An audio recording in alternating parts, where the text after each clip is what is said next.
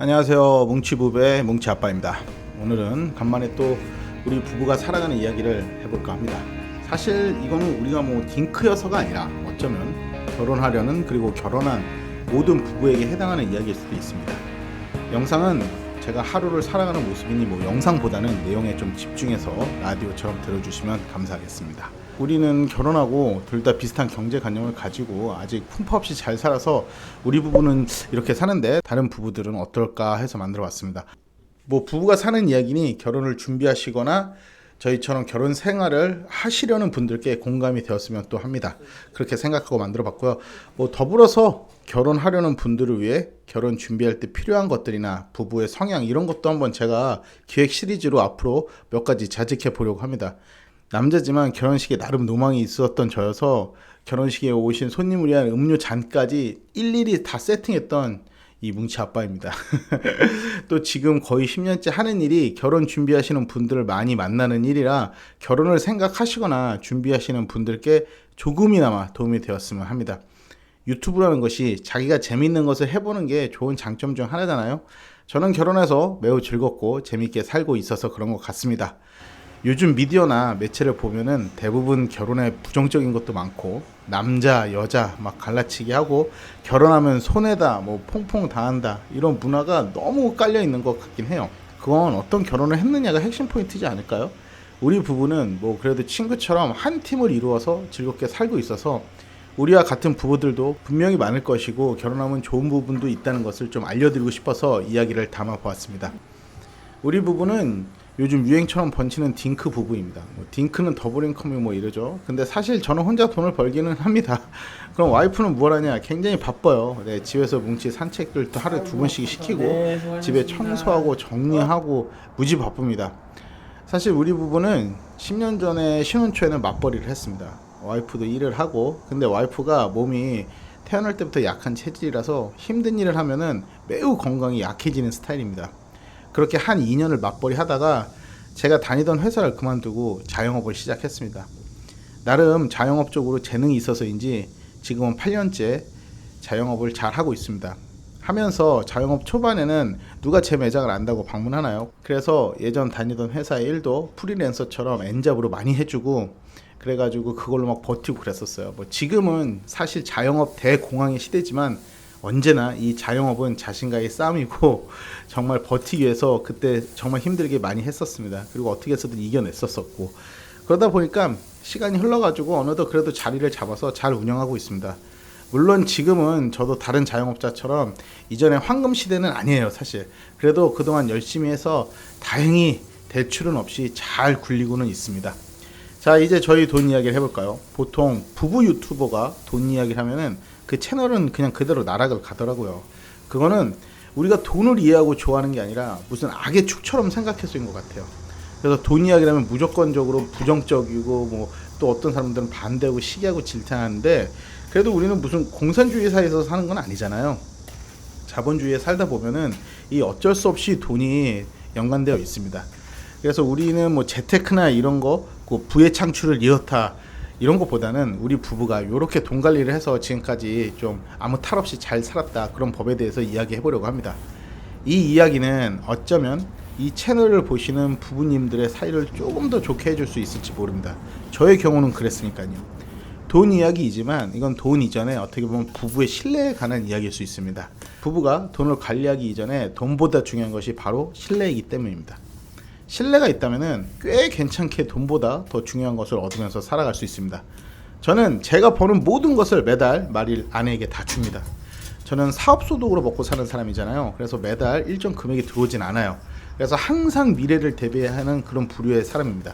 그러다 보니까 철저히 계획을 하지 않으면 힘들어요. 우선 사업소득, 즉 매출은 발생하면 사업자 통장으로 들어오는데 이 돈은 말일 정산 전까지는 단 한 푼도 사용하지 않습니다. 왜냐면 거래처 대금도 지불해야 되고 내가 이 돈을 건들면은 정리가 되지 않아요. 이거 잠깐 빼서 쓸 수 있지. 그렇게 하다 보면은 어떻게 되지 않고 그게 습관이 됩니다. 그러면 안 돼요. 그래서 한 달 말일에 거래처 줄 돈 다 주고 정리할 거 공과금 나갈 거 다 나가면은 이제 남은 돈, 즉 이제 제 매출이겠죠. 그걸 와이프에게 월급처럼 모두 이체줘요. 싹 다 하나도 안 빼고. 그럼 아내는 이 돈을 가지고 매월 5일날 저희가 카드 값을 내거든요. 그 카드값이 나가는 제 명의의 생활비 가계 통장에다 다 넣어둬요.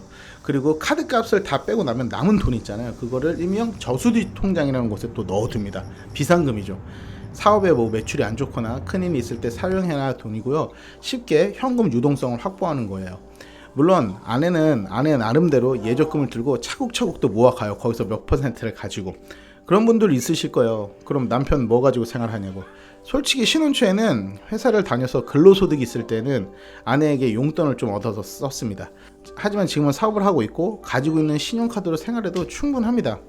사업자여서 사용하는 신용카드는 당연히 사업자 카드로 분류해서 조금이라도 사업에 도움이 될 수 있게 하고 있고요. 신용카드는 제가 3개를 사용하는데 하나는 와이프를 주고 하나는 제가 사용합니다. 다 마일리지를 쌓는 카드고요. 하나는 공동으로 일정 금액을 채우면은 서비스를 제공하는 카드여서 뭐 집에 두고 자동 이체 이런 거 다 연결하잖아요. 뭐 전기세나 아파트 관리비나 그러면은 서비스 받는 금액이 채워지잖아요. 그럼 이 카드는 그대로 이제 사용을 안 하죠. 신용카드는 모두 제 명의여서 와이프가 마트에서 콩나물을 하나 사도 문자나 사용 내용이 바로 저에게 다 옵니다. 반대로 와이프는 제 통장의 공인인증서, 뭐 주식 계좌의 공인인증서, 핸드폰, 비번 이런 걸 모두 알고 있어요. 그러니까 저의 자금 흐름을 다 알 수 있죠. 뭐 원하면 다 볼 수 있으니까요. 그래서 처음에 제가 돈보다 중요한 신뢰라는 것을 굉장히 강조한 거예요. 예적금을 하는 와이프는 몇 년에 얼마씩 이런 식으로 저에게 돈이 어디로 갔는지도 알려주고요. 앞에 말씀드렸지 제 은행 인증서 비번도 알기 때문에 와이프 역시 그들의 입출금이 어떻게 됐는지 한눈에 알 수 있습니다. 이렇게 저희는 결혼하면서 저희뿐만 아니라 바로 통장을 결혼시켰어요. 이게 굉장히 중요한 것 같습니다. 그렇게 신혼 때 1, 2년은 어떤 흐름인지 서로 치밀하고 또 자세히 살펴보고 했어요. 서로 결혼한 지 1, 2년이니까. 근데 10년째인 지금은 서로 믿음이 있어서 뭐 이 사람이 뭐 엄한데 돈을 쓰지 않고 우리를 위해 쓰는 거야 해서 결국은 그다지 서로 돈을 쓰는 것에 크게 상관하지 않습니다. 카드 내역서도 어차피 오고 있고 그걸 다 보면은 한 달에 이제 뭐 한 잔 하면서 이거 이랬네 뭐 이런 것도 서로 얘기하고 그래서 각자 필요한 것에 가소비지 않고 잘 쓰면서 살아가고 있습니다. 결국 저희의 모든 지출은 카드로 사용하고 있고요. 그러면 또 그런 분 계실 거예요. 카드 자꾸 쓰면 카드값 빵꾸 나고 결국 빚쟁이 되는 거 아니냐, 리볼빙 이런 거 가고 신용 날아가는 거 아니냐 하고 걱정하시는 분들 계실 텐데요. 바로 여기서 두 부부의 성향이 나옵니다. 아까 말씀드렸듯이 저는 말일 전까지는 절대 한 푼도 사업자에서 꺼내 쓰지 않습니다. 말일이 돼서 거래처 줄 거 다 주고 공과금 다 나가고 그 다음에 순수 매출로 저희가 살아갑니다. 여기서 성격이 나오듯이 저희가 빚지고는 절대 못 사는 성격입니다. 이거는 저를 닮아서 와이프도 빚을 절대 내지 못해요. 그래서 주위에서 저를 아는 분들은 다 이렇게 말하더라고요. 빚도 재산인데 크게 성공하려면은 대출도 뭐 투자도 받아서 해야 하는 거 아니냐고. 근데 그런 리스크가 있는 것을 저는 절대 못 견뎌요. 와이프도 저랑 똑같고요. 그래서 뭉치 아빠는 큰 사업은 못 할 거야. 근데 하지만 망해서 뭐 날아가지는 않을 거야 라고 하시는 분들도 많이 있습니다.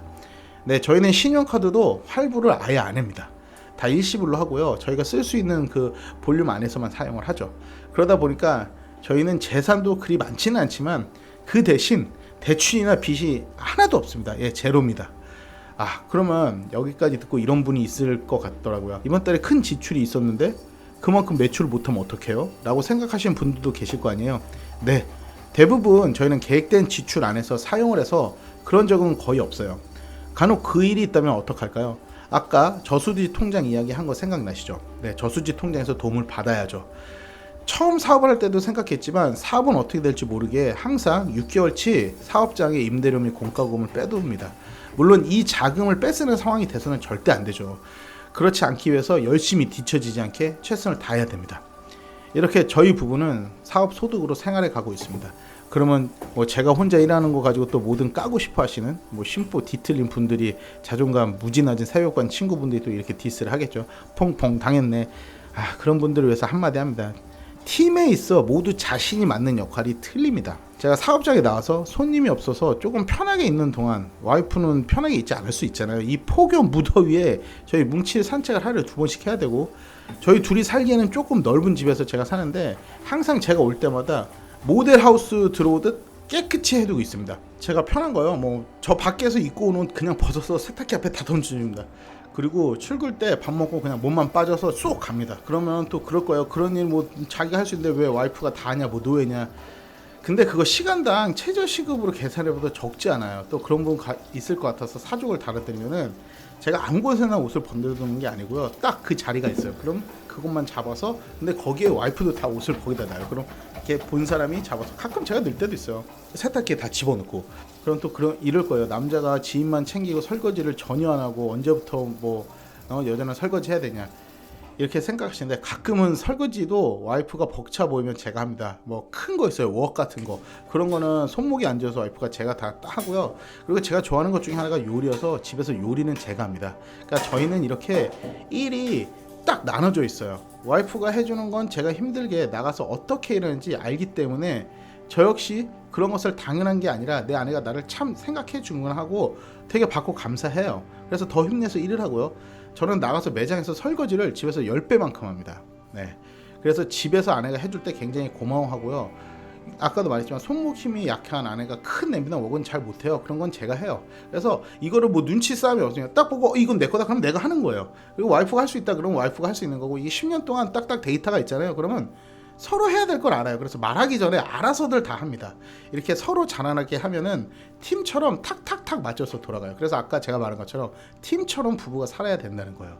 그러니까 나도 나가서 혼자 돈 버는데 이렇게 생각할 필요가 없어요. 와이프도 나 혼자 집안일 하네 이렇게 할 필요가 없어요. 가끔 바쁘면 아내도 뭉치도 총출동해서 매장에서 함께 일을 해야 할 때가 있어요. 왜 부창부수라고 하죠? 누군가 무엇인가 필요할 때 그게 눈에 보여요. 그럼 그걸 대신하거나 또 서로 힘을 합쳐서 해결합니다. 그게 부부예요.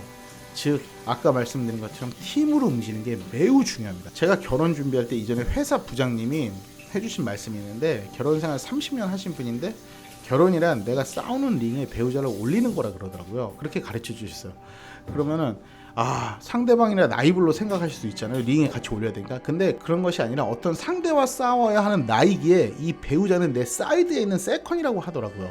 그렇게 팀을 이루어가지고 이겨내야 한다고. 그 말이 굉장히 마음에 와닿고 지금도 그렇게 살아가고 있습니다. 생각해보니까 신혼 때는 내 것에 대한 생각이 컸다면 지금은 우리의 것에 대한 생각이 더 크기 때문입니다. 돈도 그래요. 통장을 결혼시키다 보니까 서로가 서로에 대한 신뢰가 더 크고 우리가 함께 더 좋은 미래를 위해 노력해야 하는 공동의 목표로 굉장히 열심히 달려갑니다. 부부로 살아가신다면 각자 번다고 해서 각자 관리하지 마시고 공동의 목표를 위해 통장을 꼭 결혼시켜 보시길 저는 추천드립니다. 특히나 저희 같은 딩크 부부들은 더 추천합니다. 왜냐면 애도 없고 자기가 버는 거 자기가 알아서 쓴다면은, 아이 없는 부부를 남들이 말하는 것처럼 애 안 낳을 거면 왜 결혼해? 라는 삶이 어쩌면 진짜 될지도 몰라요. 공통된 목표가 없이 각자가 알아서 관리하면서 살아가면은 인간의 네이처는 자유를 굉장히 갈망하잖아요. 자기가 하고 싶은 것만 하고 싶고 살고 싶은 대로만 살고 싶고, 그런 욕구가 굉장히 커지고, 그러다 보면 결혼 생활이라는 게 재미가 없지 않겠습니까? 재미있는 게 다른 게 더 크니까. 그래서 아이 있는 분들이 가장 크게 목소리 내어서 아이 없는 사람들을 부부들에게 주자는 게 바로, 아이가 있으면 공통의 목표가 있어서 아이를 위해서 어떻게 해서든 열심히 살아간다, 이게 하나거든요. 근데 그게 힘든데 억지로 산다면은 그건 아이가 있건 없건 안 사람만 못한 거 아닌가요? 그래서 부부에게 공동의 목표는 굉장히 중요합니다. 아이 없는 부부의 공동의 목표는 바로 두 부부가 함께 살아가는 삶이라는 공동의 목표라는 거예요. 그래서 이렇게 돈 관리를 함께 계획적으로 하기 때문에 우리는 좀 더 다가올 리스크에 대비할 수 있는 것 같습니다. 가끔 딩크가 되면은 뭐 아이가 없으니까 돈 팍팍 쓰고 살 것 같다 생각하시는 분이 있는데, 물론 그런 부부도 있을 겁니다. 하지만 어떤 사람들은 두 부부의 행복한 미래를 위해 더 준비하고 살아갑니다. 딩크 역시 감정에 휩들려 선택하는 것이 아닌 철저히 계획하고 아이가 없기를 생각하는 것이기에 다가올 미래에도 좀 더 철저히 준비합니다. 오늘은 저희 부부가 돈 관리를 어떻게 하고 사용하는지에 대해서 이야기했습니다. 다음 시간에는 뭐 흔히들 요즘 막 집값도 많이 올라가고 그러잖아요. 그래서 우리 부부가 재테크하는 법, 나중에는 뭐 집 사는 법, 이런 거에서도 기회가 되면 한번 이야기해 보도록 하겠습니다. 아이 없이 살아가시는 분들은 외로워하지 마시고, 아이가 있던 없던 자신의 삶에 대한 선택은 자신이 하는 겁니다. 휘둘리지 마시고 지금 자신이 가장 원하는 삶을 잘 잡고 거기에 행복하게 살아가시길 기원합니다. 오늘도 시청해 주셔서 감사합니다. 저희 부부와 뭉치가 살아가는 소식이 궁금하신 분들은 구독과 좋아요 눌러주시면 앞으로도 영상 제작 힘내서 자주 할 것 같습니다. 그리고 채널에 링크를 보시면 뭉치나 제가 살아가는 삶을 볼 수 있는 페이지들도 있습니다. 나름 열심히 즐겁게 사는 뭉치 부부입니다. 자, 그럼 모두 행복하시고요. 다음 시간에 만나겠습니다. 감사합니다.